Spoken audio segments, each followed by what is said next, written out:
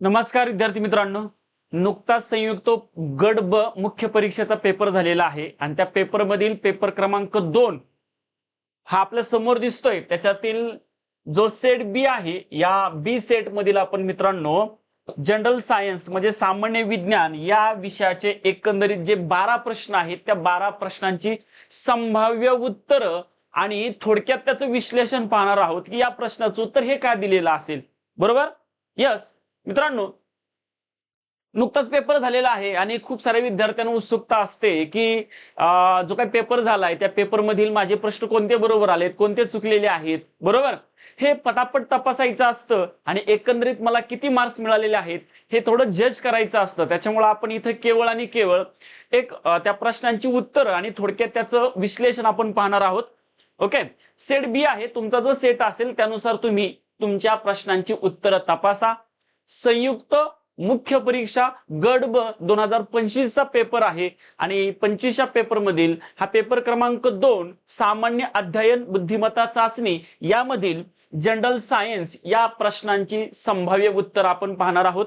चला, सगळ्यात पहिला एकंदरीत 71 नंबरचा क्वेश्चन, खालीपैकी कोणता तरंग हा अवतरंग आणि अनुतरंगही नाही, ज्याला लॉन्जिट्युडनल आणि ट्रान्सफर वेव्हज असं म्हणतो आपण। हे फिजिक्स मधील साऊंड आणि लाईट या 2 चॅप्टर वरती आधारित हा मुद्दा होता। आता बघा, ध्वनी तरंग हा तर असतो लॉन्जिट्युडनल, ज्याला आपण मराठीमध्ये काय म्हणतो मित्रांनो, अनुतरंग म्हणतो। काय म्हणतो? अनुतरंग। आता दुसरा दिलाय प्रकाश, प्रकाश हा कोणता आहे मित्रांनो? हा ट्रान्सफर आहे, ज्याला अवतरंग असं म्हटलं जातं। याच्या आधारावरती सुद्धा आयोगाने ऑलरेडी प्रश्न विचारलाय। म्हणजे हे 2 तर नाहीत, राहिले 2। आता नीट प्रश्न वाचा, अल्ट्रासाऊंड वेव्ह म्हणजे हा सुद्धा साऊंडच आहे। मुळात हे पहिलं समजून घ्या की साऊंड जो आहे तो साऊंड मुळात कोणता प्रकार असतो? लॉन्जिट्युडनल। याचा अर्थ हा अल्ट्रासाऊंड वेव्ह, ज्याला स्वनातील तरंग असं म्हणतात, हा सुद्धा कोणता झाला मित्रांनो? लॉन्जिट्युडनल झाला।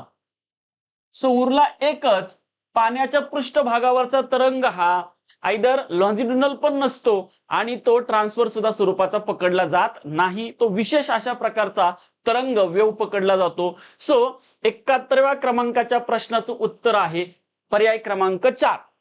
चल, पुढचा प्रश्न सोपा आहे। खालील विधानांचा विचार करा, धातूची प्रतिरोधकता ही वाढत्या तापमानानुसार वाढते।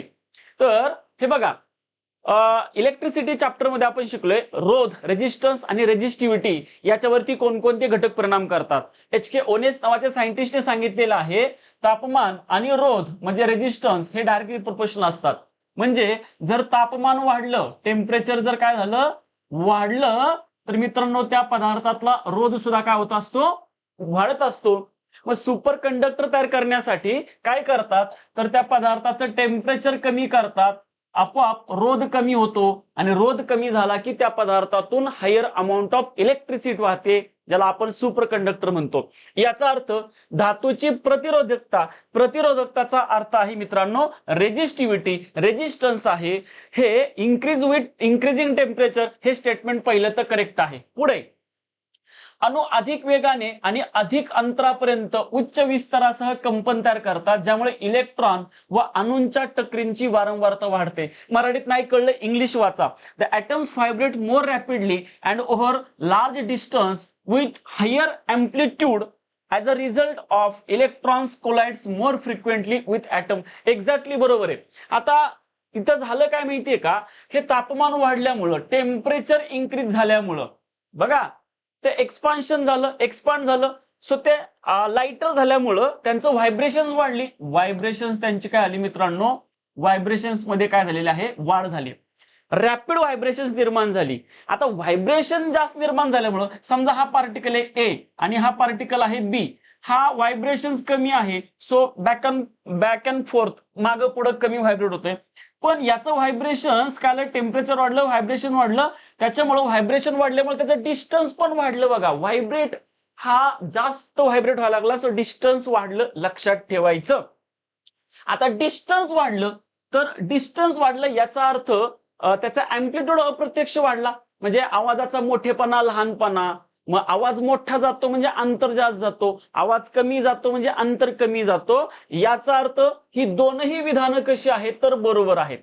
मग आता दिलेल्यानुसार बघा, दोन्ही विधानं बरोबर, दोन्ही विधानं बरोबर, हे तर चुकीचंच निघालं. ए विधान सत्य, बी चुकीचं, बी विधान सत्य, ए चुकीचं. हे तर दोन्ही पण काय झाले मित्रांनो, क्लिअर झाले, राईट.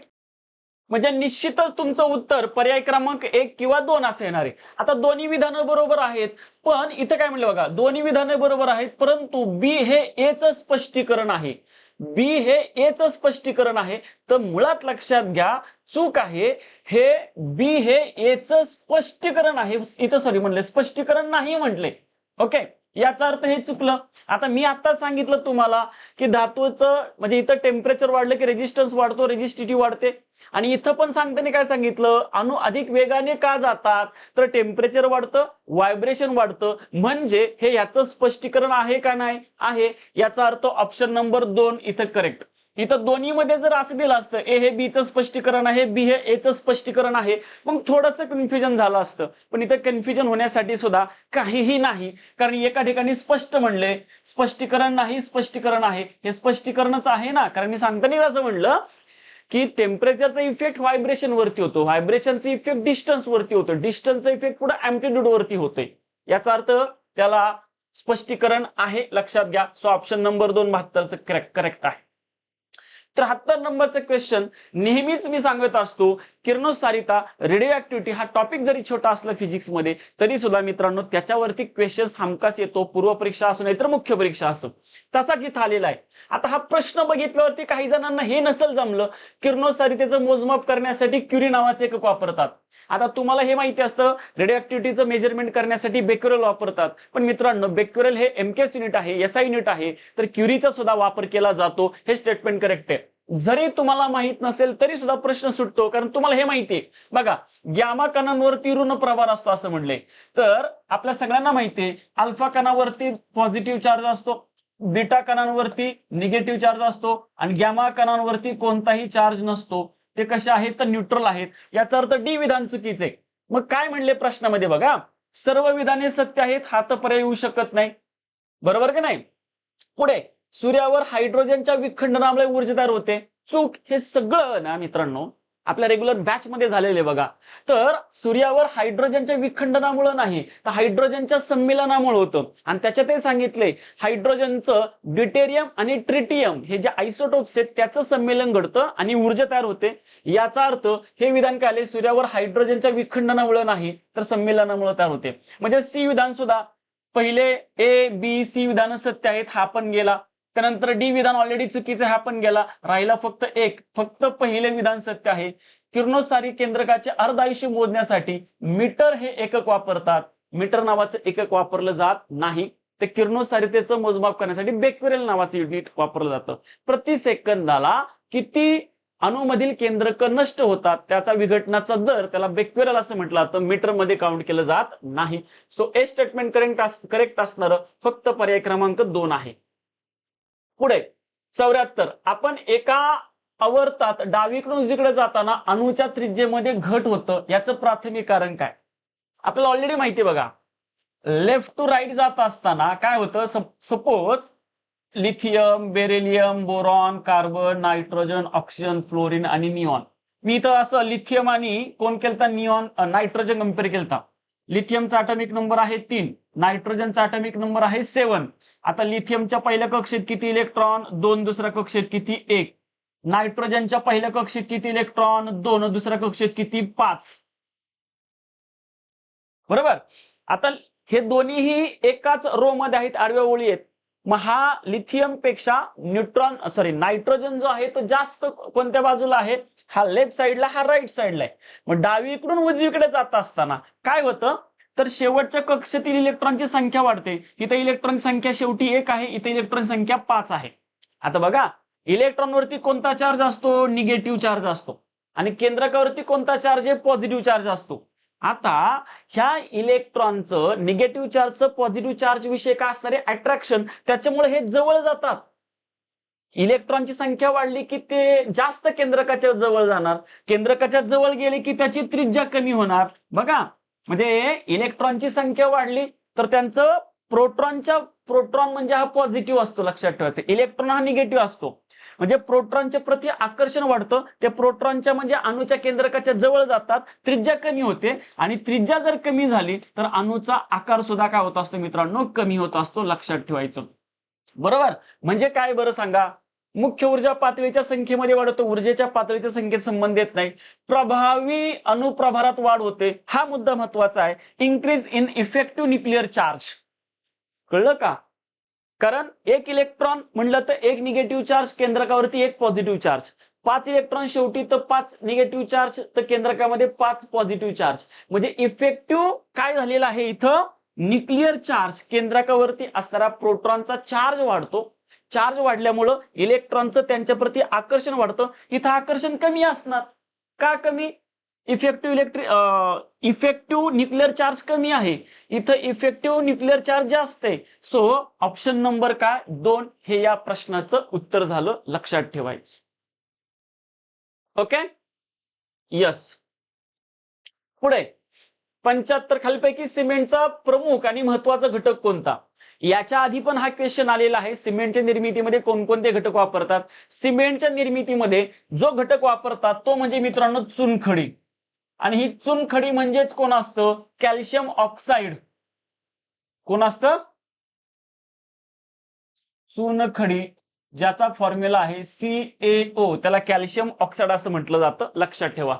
सो ऑप्शन नंबर 2, सिमेंटच्या निर्मितीमध्ये चुनखडीचा वापर साधारणतः 60 ते 65% असतो, ज्यामुळं सिमेंटला भक्कमपणा येतो किंवा मजबूतपणा येण्यामागचं एक कारण आहे. त्याचप्रमाणे त्याच्यात सिलिकाचा सुद्धा वापर केला जातो, सिलिका ऑक्साईड, लक्षात ठेवायचं. पण आत्ताच्या प्रश्नाचं उत्तर आहे ऑप्शन नंबर 2. विद्युत उपकरणांच्या निर्मितीमध्ये तांब्याला स्वस्त पर्याय म्हणून कोणाचा वापर केला जातो? इलेक्ट्रॉनिक उपकरण आहेत. आता या इलेक्ट्रॉनिक उपकरणामध्ये खरं तर सगळ्यात जास्त कोणाचा वापर केला पाहिजे होता? चांदी. कारण जगामध्ये सर्वात जास्त इलेक्ट्रिसिटी वाहणारा पदार्थ आहे चांदी. 2 नंबर येतो कॉपर, आणि 3 नंबर कोण येतो? ॲल्युमिनियम. पण या चांदीची कॉस्ट कशी? खूपच जास्त आहे. आता तर सध्या तुम्हाला माहित झाले, चांदी जर आपल्याला आयात करायची असेल तर आधी सरकारला सांगावं लागते एवढे एवढे चांदी खरेदी करणारे दुकानदार, बरोबर आहे? यस, त्याचे टॅक्सेस वाढलेले आहेत. मग ह्या चांदीला पर्याय कोण आला? तर कोण आलं? तांब. कारण ते कसं आहे? स्वस्त आहे. आता या तांब्याला सुद्धा पर्याय जर काढायचा असेल तर ॲल्युमिनियम येतो, कारण याच्यातून पण चांगली विद्युत धारा वाहते. अजून ते आणखीन स्वस्त आहे. स्वस्त आहे, त्याचप्रमाणे ते हलकं पण असतं, कळलं का? म्हणून काय तर कॉपरला म्हणजे तांब्याला जो पर्याय आहे तो कशाचा येतो मित्रांनो? ॲल्युमिनियमचा येतो. इलेक्ट्रॉनिक उपकरणांमध्ये त्याचा वापर केला जातो, कळलं? यस. त्यानंतर 77 बघा, खालील प्राणी संघ व त्याची शारीरिक वैशिष्ट्ये यांच्या योग्य जोड्या लावा. सोपं आलतं बघा. चपटेकृमी, ज्याला आपण म्हणतो काय मित्रांनो, इंग्लिश लगेच कळते बघा. प्लॅटेलमेंथिस, त्याला नावच पडले फ्लॅटवर्म, चपटेकृमी म्हणतात, बरोबर. मोलुस्का, सॉफ्ट बॉडी असणारे, माहिती आहे सगळ्यांना. इकायनोडर्माटा, इकायनो म्हणजे काटे, डर्मल म्हणजे त्वचा. अशा प्राण्यांच्या बाह्य शरीरावरती काटे असतात, म्हणजे याला कोणाला मित्रांनो स्पायनी स्पिक्युल्स किंवा त्याला स्पायनी स्किन म्हणतात. आणि सिलेंट्राटा, त्याला फॉलो इंटेस्टाईन, पोकळ असं असणारं आतड असतं. मग बघा, एला 3, त्यानंतर डीला 1, एला 3 असणारा पर्याय बघा, झालं एकच मिळाला डायरेक्ट, एला 3 असणारा.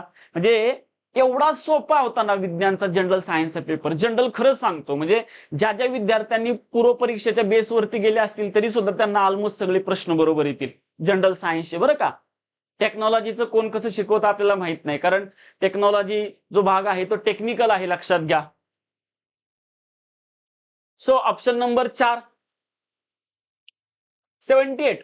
आता हा प्रश्न लॉजिकली होता बघा, लक्षात घ्या, ठीक आहे. 6 टोके आणि 3 अक्षतंतू असलेल्या सिलिकामय कंटिकांचा सांगाडा हे वैशिष्ट्य रंध्रीय प्राणी संघाच्या कोणत्या वर्गाचे आहे? तुम्ही जर नीट पाहिलं ना मित्रांनो, हे आपलं पुस्तक आहे, व्यवस्थित पहा,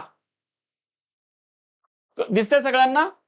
सामान्य विज्ञान मॉड्यूल म्हणून आहे. या सगळ्याच्या सगळ्या प्रश्नांची उत्तरं तुम्हाला या पुस्तकात मिळतील, लक्षात घ्या.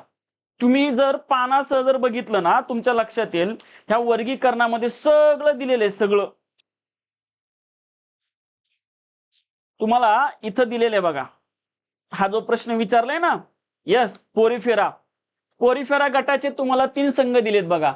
एक दिलेला आहे या ठिकाणी दिलाय कॅल्केरिया, हेक्झाटिनिडा आणि डेमोस्पॉन्जिया.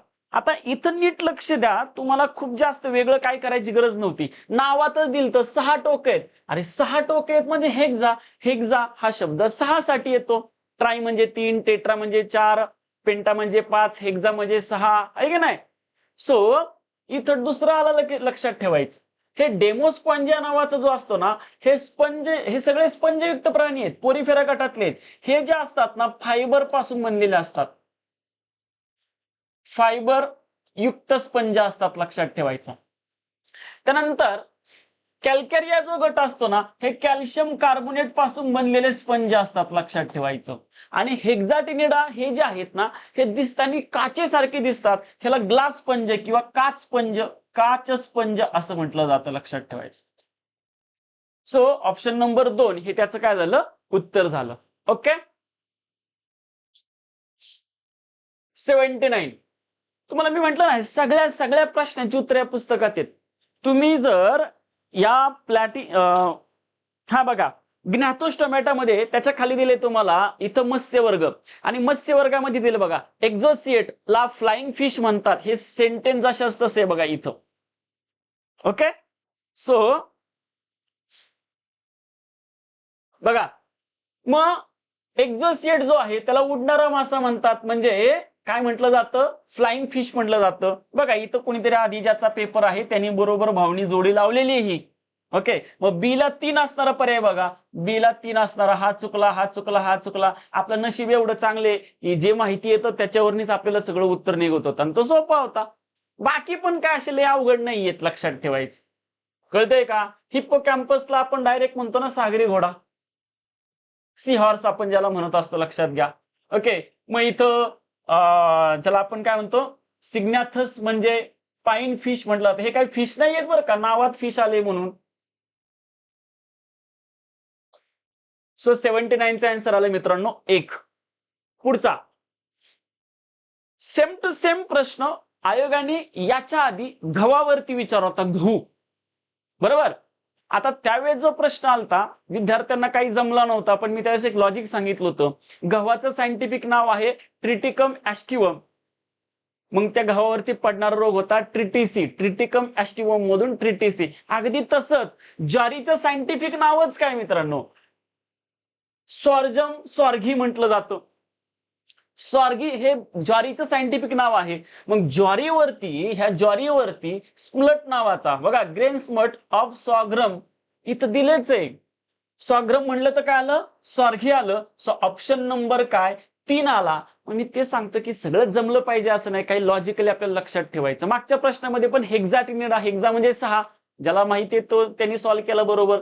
इथं सुद्धा ज्याला ज्वारीचं सायंटिफिक नाव माहिती आहे त्या सायंटिफिक नावावरून तुम्ही काय करू शकता, तर त्याचं नाव लिहू शकता, लक्षात घ्या. आता झिंझेबेरी म्हणजे कोण, तर आल्याचं सायंटिफिक नाव आहे, त्याचा त्याचा काही संबंध येईल का, नाही येणार, लक्षात ठेवा. ब्रासियासी संबंधच नाही, लक्षात घ्या. सो ऑप्शन नंबर 3 हे याचं उत्तर झालं. आंबा. यावेळेस आयोगाने पहिल्यांदा असं कधीतरी सोपं सायंटिफिक नाव विचारले, नाही तर याच्या आधी जी नावं विचारलेत ही सगळी एक वेगळ्या विशिष्ट अशी प्रकारची नावं विचारलेत. आंब्याचं सायंटिफिक नाव सगळ्यांनाच माहिती असतं, मँजिफेरा इंडिका.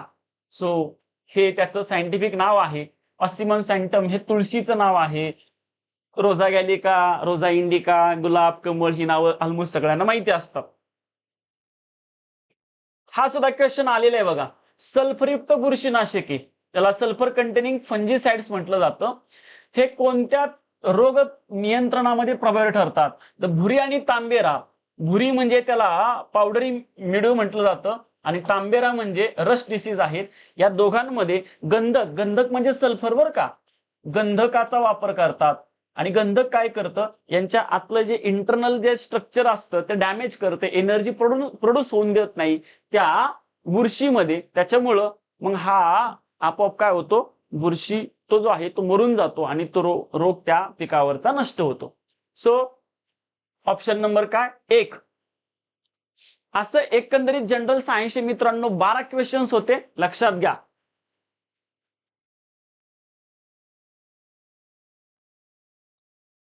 टोटल 12 क्वेश्चन्स होते.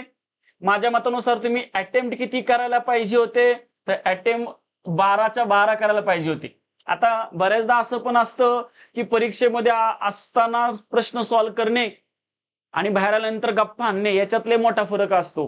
पण खरे मित्रांनो, हे जरी निश्चित हे खरं असलं तरी सुद्धा त्याच्यात परत असं असतं की ज्यांना पेपर 1 अवघड गेलाय त्यांचा थोडासा परिणाम पेपर 2 वरती होत असतो, अभ्यास केला असला तरी सुद्धा. बरोबर आहे. या सगळ्या गोष्टी जर तुम्ही म्हणजे या गोष्टींचा सगळा विचार केला तर निश्चितच पेपरवर त्याचा परिणाम होतो. पण त्यातल्या त्यात जर आपल्याला मेरिटमध्ये पोहोचायचं असेल, कारण दिवसेंदिवस मेरिट वाढायला लागले, सो अटेम्प्ट तुमचा जनरल सायन्स सांगतोय बरं का, टेक्नॉलॉजी सांगत नाही, 12 पाहिजे होता. आणि याच्यातून तुम्हाला जो आउटपुट आहे, मला असं वाटतं तर आउटपुट मित्रांनो 10, 11 आणि काही विद्यार्थी असे असणारे जे एक्सलेंट आहेत त्यांना मित्रांनो 12चा 12 आउटपुट येईल असं मला वाटतंय. लक्षात घ्या, एक्सलेंट असणारे बरं का. म्हणजे ज्यांना पेपर एक चांगला गेला, त्यांनी विज्ञानचा पण चांगला अभ्यास केला आणि त्याला 12 पैकी 12 जनरल सायन्सला येतील. एकदा मार्केटमधल्या पुस्तकांची निस्तीच नावं ऐकत जाऊ नका, प्रामाणिकपणे. आणि काय करायचं मी हे सांगतो तुम्हाला. आज जो पेपर झालाय या पेपरला ज्या शिक्षकाची आधीची आवृत्ती आहे ती तपासायची, नाहीतर मास्तर लोक लय हुशार झाली आहेत. पेपर झाला की नवीन आवृत्ती काढायची आणि सांगायचं आमच्याच पुस्तकातले जशाच तसे प्रश्न येतात. बरोबर आहे? अजिबात नाही मित्रांनो. म्हणून मी नेहमी सांगत असतो, जो पेपर झालाय त्याच्या आधीची आवृत्ती त्या शिक्षकाच्या पुस्तकाची बघायची आणि मग ठरवायचं. कारण एकदा पेपर झाल्यानंतर सगळी इन्फॉर्मेशन याच्यात टाकता येते, नंतर म्हणता येतं आमच्या पुस्तकातून आलं, हे सोपं आहे आणि विद्यार्थ्यांची फसवणूक आहे. बरोबर? म्हणून तळमळीने सांगतोय, लक्षात घ्या. कारण एक मार्क किती महत्वाचा आहे, एक मार्क तुम्हाला पोस्ट पर्यंत घेऊन जाणार आहे, हे लक्षात ठेवा. त्याच्यामुळं दर्जेदार पुस्तकं वापरायचा प्रयत्न करा. आणि हे पुस्तक प्रामाणिकपणे सांगतो मित्रांनो, खूप अथक परिश्रमाने तयार केलेलं आहे. ओके, सहज हे पुस्तक आलेलं नाहीये, लक्षात घ्या. बरोबर? यस. सो एकदा तपासून पहा आणि मग ठरवा. आणि निश्चितच आज ज्या आपण प्रश्नांची उत्तरं सांगितलेली आहेत, सहसा ही संभाव्य उत्तरं जशाच तशी निघतील. कारण कोणत्याही प्रश्नांमध्ये मला असं वाटत नाही की कन्फ्युजिंग असं काही उत्तर आहे. कधी कधी होतं की हे उत्तर आयोग देईल म्हणून, पण तशा स्वरूपाची यावेळेस तर प्रश्न काही दिसत नाहीत. सरळ सरळ प्रश्नांची उत्तर आपल्याला दिसून येतात. त्याच्यामुळं निश्चितच हा व्हिडिओ तुम्ही स्वतःही पहा आणि इतरांना सुद्धा तुम्ही शेअर करा, जेणेकरून जास्तीत जास्त विद्यार्थ्यांना त्यांना किती आजच्या पेपरमध्ये उत्तर बरोबर आलेले आहेत ते तपासता येतील. तसंच जे विद्यार्थी मुख्य परीक्षेला आता नाही येत मात्र पुढच्या मुख्य परीक्षेला येतील, त्यांनी सुद्धा हा व्हिडिओ नक्की पहा. कशा स्वरूपाचे प्रश्न आलेले आहेत आणि आपण उत्तर कसं कमी वेळामध्ये दिलं पाहिजे हे मी याच्यातून सांगितलेलं आहे. थांबूयात मित्रांनो. Thank you so much. धन्यवाद.